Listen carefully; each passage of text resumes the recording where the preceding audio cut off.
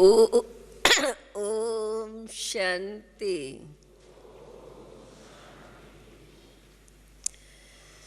बेहद के बाप का बेहद का परिवार देख करके मन बड़ा हर्षित होता है। आप सभी को भी इस बेहद मधुबन में ही यह बेहद का परिवार दिखाई पड़ता होगा। बाकी तो हर एक अपने अपने केंद्र पर तो फिर भी कहने में आएगा कि वहाँ के ही भाई बहनें नज़र आते हैं, परंतु जब संगठन में देखो, बाबा के बेहद के घर में देखो, तो बाबा का बेहद का परिवार देख करके फिर भी गुण किसके गाएंगे? हाँ, बाप के ही गुणगान करते रहेंगे। और बाबा हम बच्चों को यही कहते हैं, बच्चे सदा बाप के गुणगान करते ही रहो। जितना जितना हम बाप के गुणगान करते रहेंगे उतना उतना क्या होगा? हाँ, बाप के साथ साथ स्वयं का भी वह यथार्थ स्वरूप याद आता रहेगा। स्वयं की पहचान तो बाबा ने हम सबको दे ही दी है, फिर भी अभ्यास इसी बात का ही है और इसको ही सभी करते भी है और करते हुए यह भी कभी कभी कह देते हैं कि इसमें बड़ी मेहनत लगती है। वैसे तो जब हमने बाबा कहा तो बाबा को याद करना अथवा बच्चे को स्वयं बाप का बच्चा मानना वास्तव में यह कोई न मुश्किल बात है न भूलने की बात है, परंतु वंडर इस बात का ही है कि हम जो है और जैसे है वैसा ही सदा स्वयं को मान करके चलते रहें। इसी बात का ही हमें विशेष अभ्यास बाबा ने कहा है, क्योंकि बहुत समय से हम स्वयं के यथार्थ रूप को भूल चुके थे, जिस कारण जब बाप ने आकर के हमें स्वयं की पहचान दे दी है तो अनेक जन्मों से भूली हुई बात फिर से याद करने में खुशी तो होती ही है, परंतु वह याद सदा ही बनी रहे उसके लिए हमें इतना ही अपने ऊपर अटेंशन रखना ज़रूरी है। तो यह अटेंशन देना यह स्वयं का ही काम रहता है, परंतु बहुत समय का अभ्यास भूलने का होने कारण फिर वह पुराना अभ्यास कहे, पुरानी आदत कहे, वो फिर स्मृति को भुला ही देती है। परंतु मैं समझती हूँ अभी के हिसाब के अनुसार, अभी के समय के अनुसार और अभी के हम ब्राह्मण बच्चों के निश्चय बुद्धि के अनुसार तो यह भूलना शब्द अब हम भूल ही गए होंगे।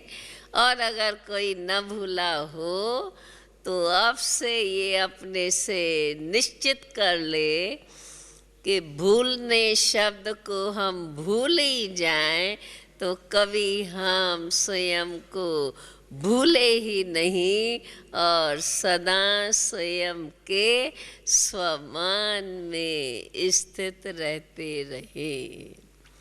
तो आज का विषय भी स्वमानधारी स्वस्वराज्य अधिकारी। जब स्वराज्य अधिकारी बने तभी फिर बाबा हमें विश्व राज्य अधिकारी बना देते हैं। परंतु सबसे पहली बात कि हमें स्वमानधारी बनना है, और ये स्वमान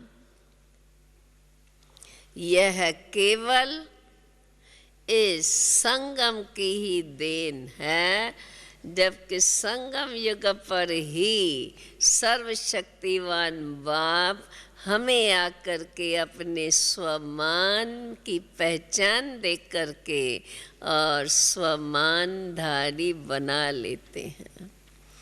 वैसे तो अभी का क्लास जो आपका हो चुका है, उस क्लास के अनुसार तो आप सब अपने अपने स्वमान की सीट पर ही स्थित होंगे, और उसके साथ हर एक अपनी विशेषताओं को जानते हुए विशेषता संपन्न बन करके ही बैठे होंगे। और जब विशेषता संपन्न बन जाए तो स्वमानधारी तो बने हुए ही रहते हैं। इसलिए आप सभी, अथवा ऐसे कहें हम सभी ब्राह्मण कुलभूषण अपने स्वमान को जानते हैं और स्वमान में रहने का अभ्यास हर समय हम करते ही रहते हैं, जिससे हर एक को ये अनुभव होगा जब सचमुच हम अपने स्वमान की सीट पर स्थित हैं तो बरोबर अपने अंदर वह अपने में कंट्रोलिंग पावर रहती है, जो हम अपनी चैतन्य शक्तियों को जिस प्रकार से काम में लगाना चाहें उस प्रकार लगा सकते हैं। शरीर की जो भी कर्म इंद्रियां हैं वे तो सदा अपने ऑर्डर से चलती ही है। विशेष बात आती है जो हमारी मूल चैतन्य शक्तियां हैं, क्योंकि जब स्वमान कहा जाता है तो स्वमान का संबंध हम आत्माओं के साथ ही है। आत्मा की स्थिति स्व कहा ही जाता है अपने शुद्ध स्वरूप को। बाकी तो हर एक को अपने अपने शरीर का नाम मिला हुआ है और उसी नाम से ही हर एक को बुलाता है, जानता है और हर कार्य करता ही रहता है। लेकिन प्रसिद्ध रूप में शरीर का नाम है, कार्य में भी हमारा शरीर का नाम ही काम में आता है। लेकिन ये सब काम करते भी हमें स्वयं को यह स्मृति बनी रहे कि इस शरीर को धारण करने वाली सूक्ष्म शक्ति मैं चैतन्य आत्मा हूँ। और आत्मा के बारे में बाबा ने हम बच्चों को बड़ा स्पष्ट ज्ञान दे दिया है कि मैं आत्मा किसकी संतान हूँ? सर्वशक्तिवान बाप की संतान हूँ। यह स्मृति जितना जितना मुझे रहती रहेंगी उतना ही ये हमारी चैतन्य शक्तियाँ, क्योंकि आत्मा मन बुद्धि संस्कार वाली हैं, तो ये मन और बुद्धि जो मुझे आत्मा की चैतन्य शक्तियाँ हैं, उन चेतन शक्तियों को आत्मा स्वयं के कंट्रोल में रखे। कंट्रोल का मतलब ये नहीं है कि हर समय उसको ऑर्डर देती रहे और उनसे काम कराती रहे, परंतु जो आत्मा का निजी स्वरूप है, कहा जाता है मैं जो हूँ और जैसा हूँ, मैं आत्मा शुद्ध स्वरूप हूँ, मैं आत्मा सत्य स्वरूप हूँ, मैं आत्मा पवित्र स्वरूप हूँ।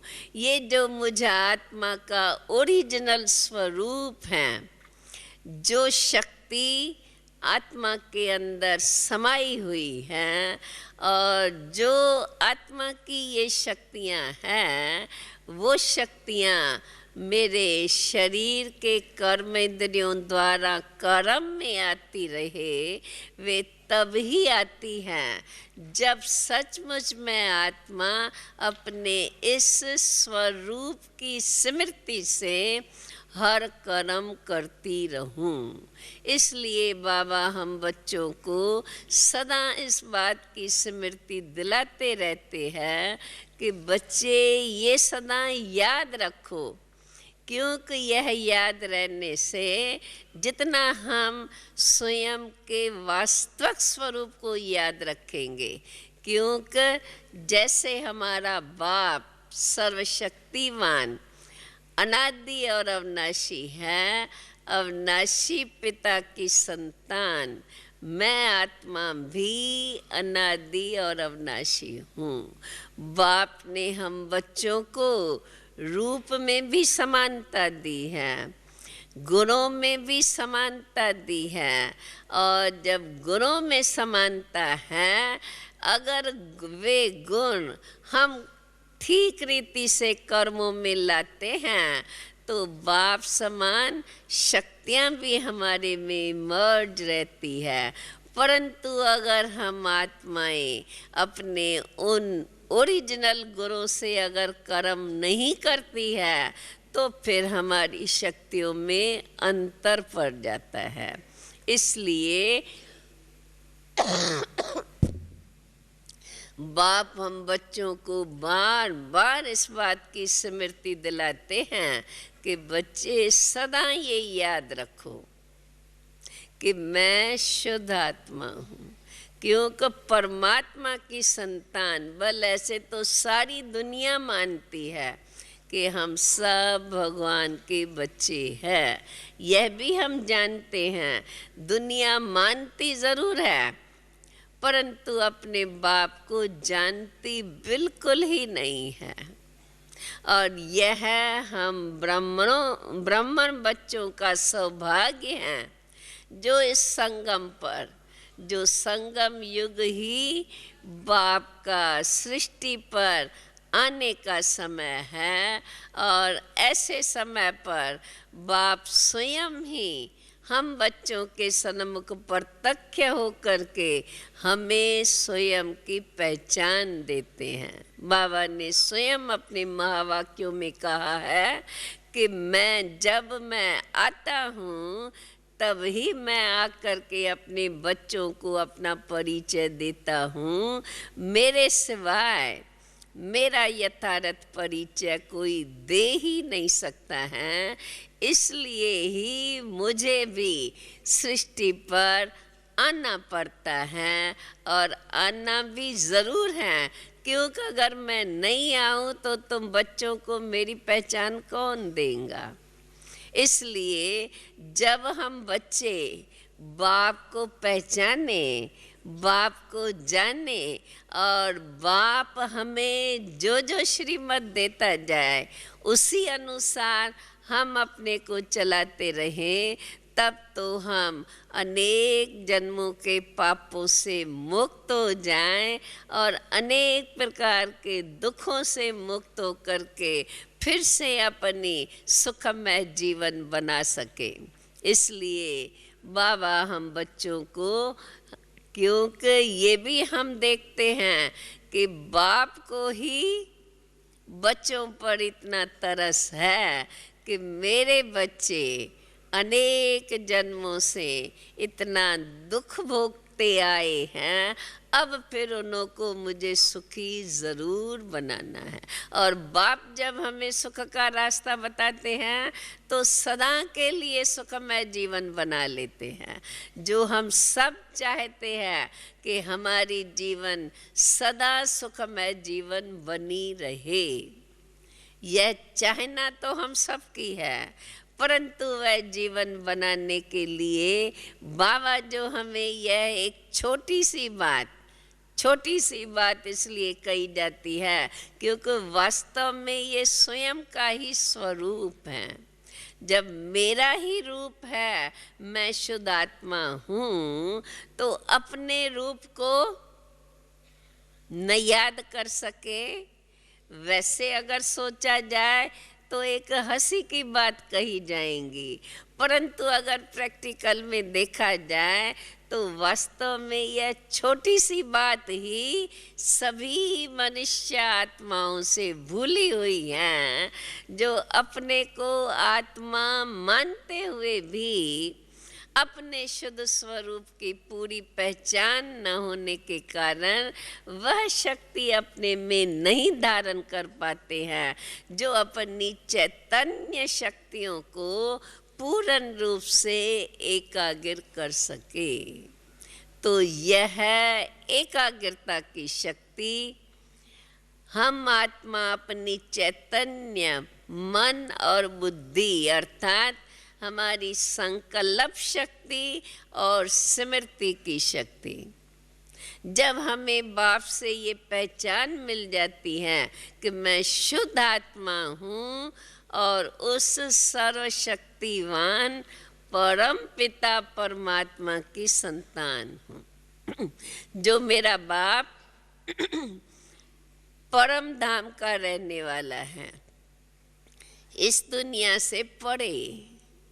और जब बाप जिस देश का रहने वाला है तो ज़रूर है हम बच्चे भी जब बाप के साथ हैं तो हम भी उस देश के ही रहवासी हैं। अर्थात जब स्वमान कहा जाता है तो स्वमान के अंदर ये बातें सब हमें स्मृति में आ जानी चाहिए कि मैं शुद्ध आत्मा सर्वशक्तिवान परमात्मा की संतान ऊंचे ते ऊंचे अर्थात परे ते परे देश परम धाम की रहवासी हूँ।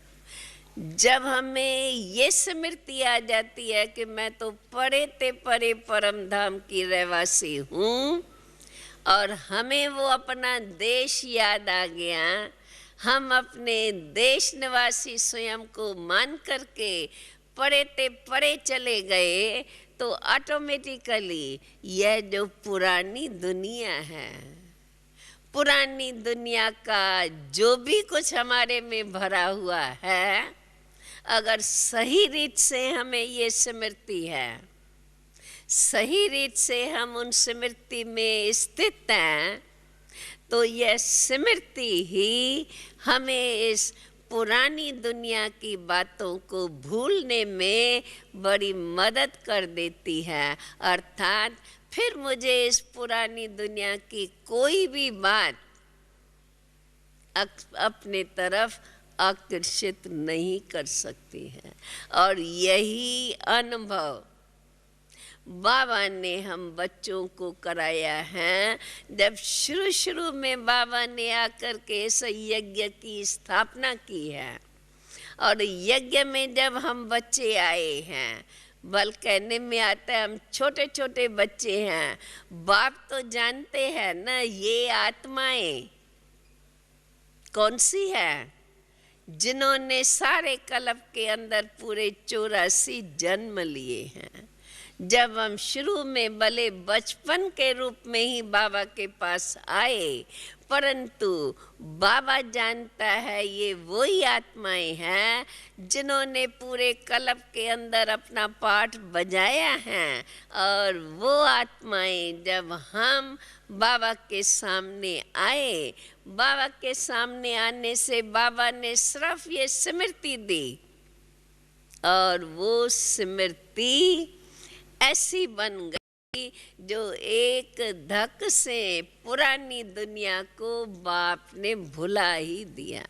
तो बाबा ने इस बात का अनुभव कराया कि बरोबर जब बच्चों को बाप स्वयं आकर के पहचान देते हैं और उस पहचान को पा करके जब बच्चा सचमुच इस बात को रियलाइज कर लेता है तो वह रियलाइजेशन मेरा बाप है, मैं बाप का बच्चा हूँ, मैं फिर से अपने बाप के गोदी में आ गया हूँ, मुझे फिर से अपना बाप मिल गया। जब वह उस आत्मा को अंदर में स्मृति जागृत हो जाती है तो यह स्मृति इस पुरानी दुनिया की सर्व बातें भुला ही देती हैं। फिर कोई भी पुरानी दुनिया की बात आकर्षित नहीं करती है।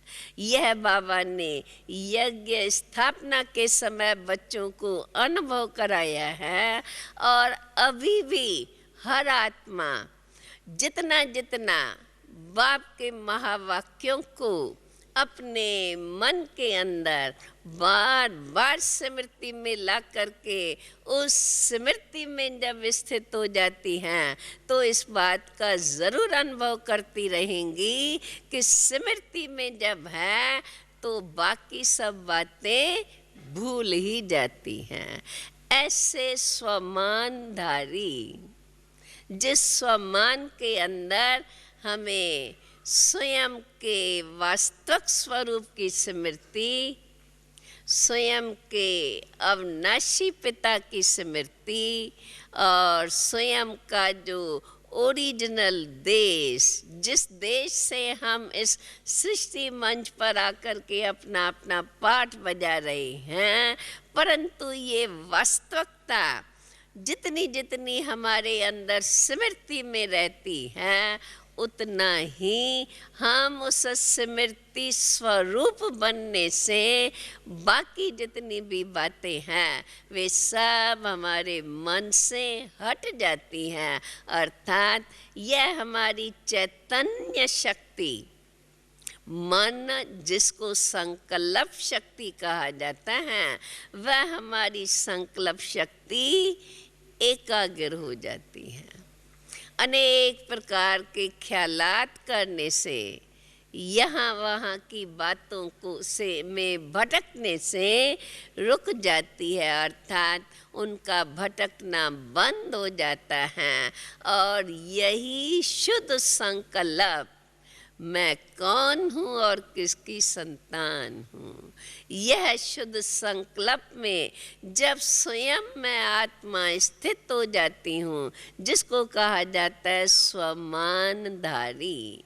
ऐसे तो हम कहेंगे बाबा ने हमें कितने भिन्न भिन्न शब्दों में अपने स्वमान की बातें बताई हैं, कितने स्वमान बाबा ने हमें बताए हैं जो वास्तव में मूल बात यही है, परंतु वो बात हमें सदा स्मृति में रहे क्योंकि बाप जानते हैं बच्चों को अभ्यास है, अगर एक ही बात उसको बता दो तो एक बात में स्थित रहने में जल्दी उसका मन नहीं लगेगा। मन को फिर वैरायटी बातें चाहिए, शब्द भी भिन्न भिन्न चाहिए और स्वाभाविक हैं, जैसा शब्द वैसा उसका अर्थ भी बन जाता है।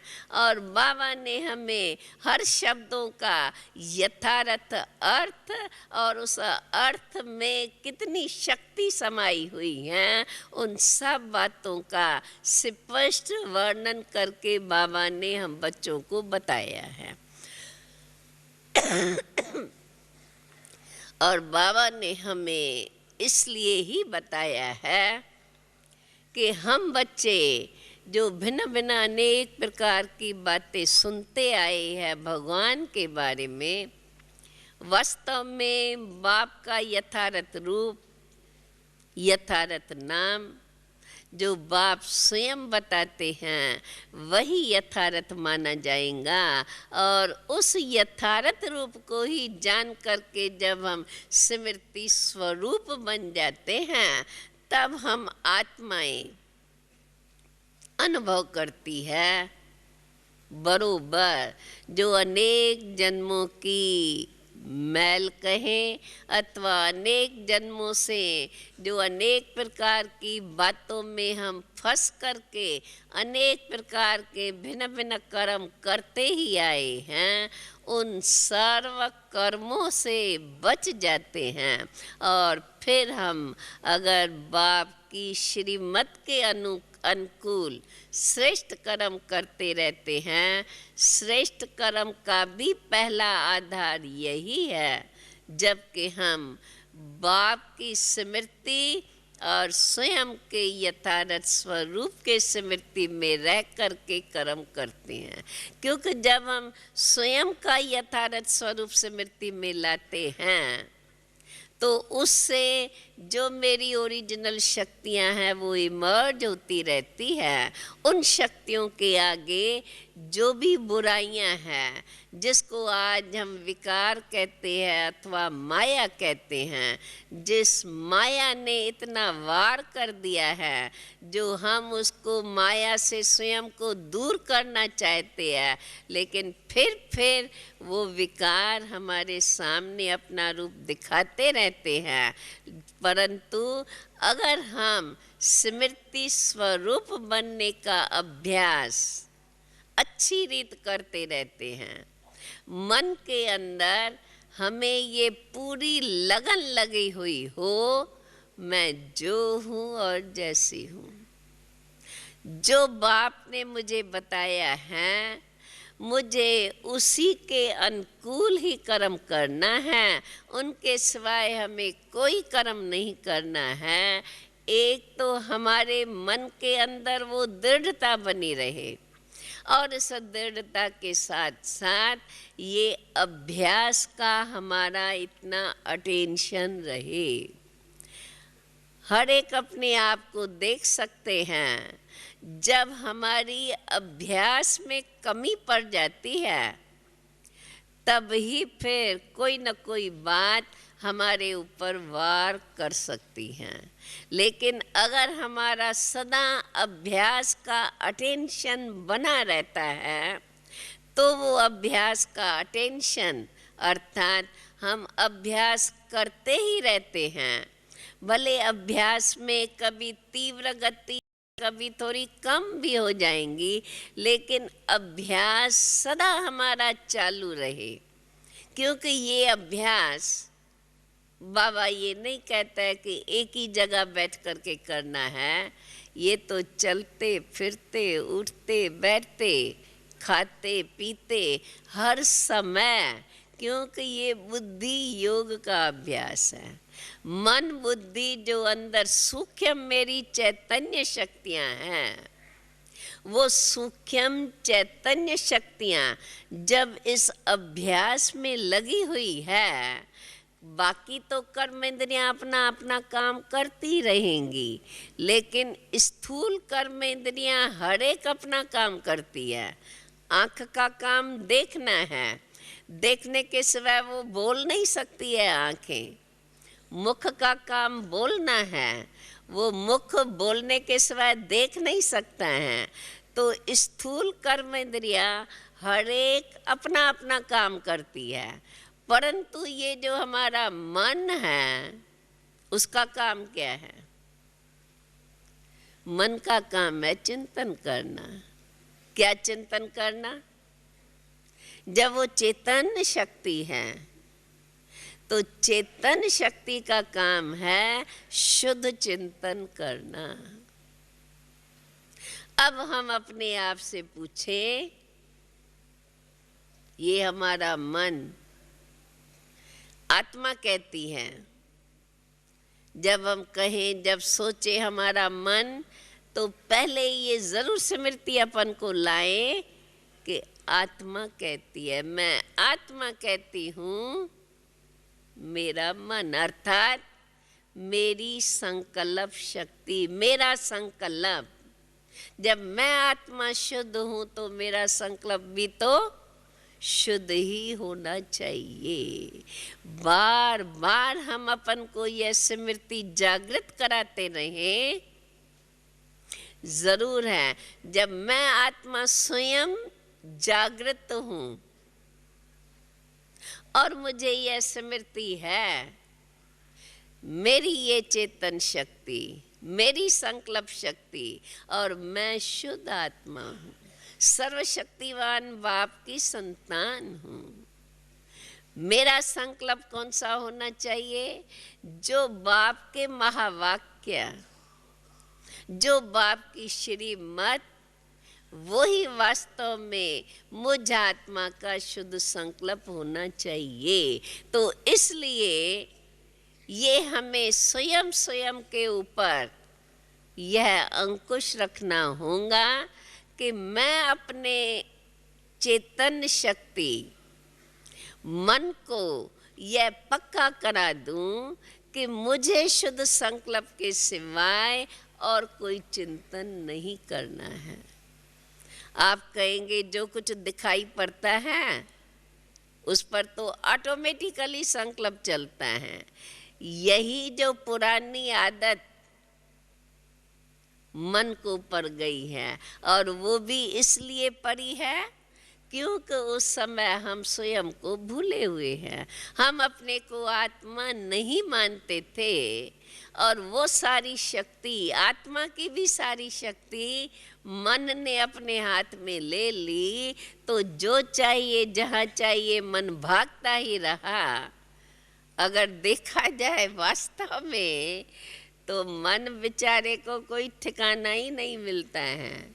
जब आत्मा स्वयं को भूल जाती है तो मन भी बेचारा भटकता ही रहता है। उसको भी कोई एक ठिकाना नहीं। जो हर एक आँख जो देखेंगी मन उसका चिंतन करता रहेगा। कान में जो आवाज़ पड़ेगा फौरन मन उन्हीं बातों पर चिंतन करने लग जाएगा। कोई कुछ बोलेगा और हमने कुछ बोला तो उसी का चिंतन, घड़ी घड़ी उसके संकल्प बदलते ही रहेंगे। कोई बात का उसको अपना ठिकाना नहीं। परंतु इस बात को स्पष्ट रीति से अभी हम समझ चुके हैं, क्योंकि बाप ने अभी हमें ये पहचान दी है कि मैं शुद्ध आत्मा, ये मेरी संकल्प शक्ति है। स्मृति शक्ति मुझे आत्मा की चैतन्य शक्ति है।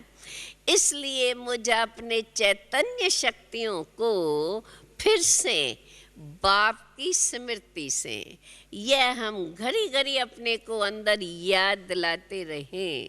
भले हम समझते हैं इस बात को तो हमने समझ लिया है ना, हम जानते हैं, ये तो हम मानते ही हैं ना कि हम सर्वशक्तिवान के बच्चे हैं। मानते हैं, जानते हैं, उनके बन चुके हैं।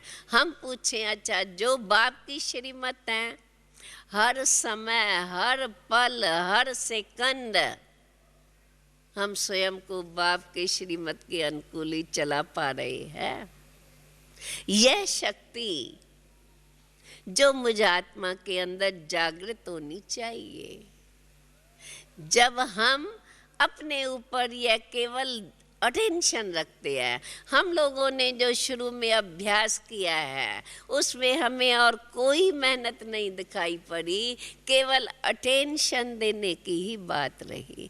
अगर हम अपने अंदर इस बात को पक्का कर देते हैं, कुछ भी हो जाए, कैसी भी परिस्थिति में, कैसा भी हम काम करते रहें, परंतु अपने अंदर अपनी चेतन शक्ति को हमें शुद्ध चिंतन में ही लगाना है।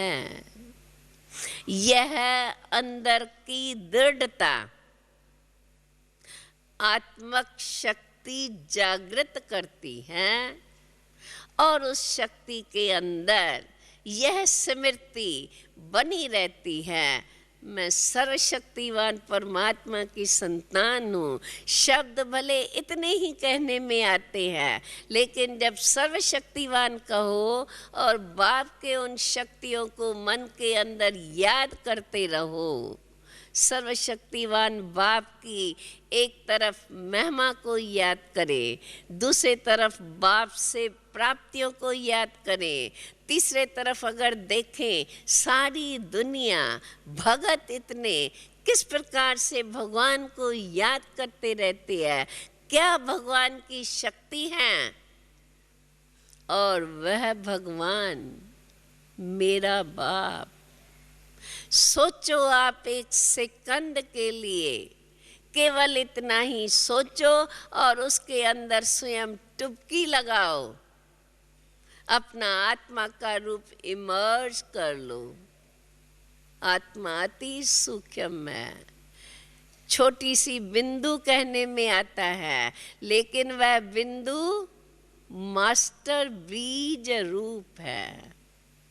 बाप हमारा सृष्टि का बीज रूप है, सारी विश्व का रचता है, और ऐसे विश्व रचता की संतान मैं शुद्ध आत्मा मास्टर बीज रूप बाबा हम बच्चों को कहते हैं। अगर सोचा जाए बीज की क्या महिमा है, बीज को महान क्यों माना जाता है जब है इतना छोटा सा बीज, परंतु छोटे से बीज के अंदर पूरा ये सृष्टि रूपी झाड़ की शक्तियाँ, झाड़ का कितना विस्तार है। लौकिक रीति से देखा जाए बीज और झाड़ कितना विस्तार है, वो तो स्थूल छोटा सा झाड़ और छोटा सा बीज है।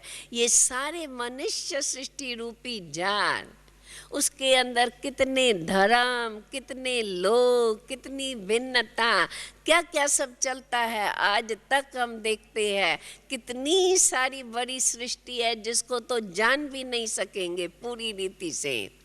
ऐसी सृष्टि का मालिक, और ऐसे मालिक के हम बच्चे, रचता बाप के बच्चे, ऐसा बाप की महिमा को याद करते हुए और उस महानता में हम स्वयं को खो दें, समा दें।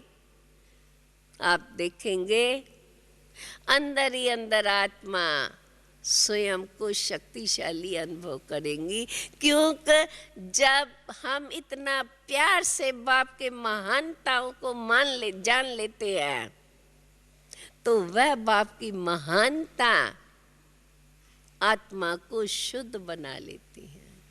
आत्मा के अंदर वह नशा जागृत होता है, मेरा बाप इतना ऊंचा है, ऐसे बाप की मैं संतान हूँ। जैसे कोई खोया हुआ बच्चा, अगर उसको अपना बाप मिल जाए और बाप को पहचान ले, तो आप सोचो कैसे बच्चा बाप को चटक जाएगा। इसी प्रकार से अंदर आत्मा को ये अनुभव होता है, ये महसूस करती हैं। जब आत्मा एक बार अपने अंदर इस बात की महसूसता जागृत कर लेती हैं, वह स्मृति उससे कभी भूल नहीं सकती हैं। परंतु इतनी दृढ़ता से, इतने विश्वास से, इतनी पहचान से, इतनी महानता से हम बाप को जाने और उस महानता से हम बाप को याद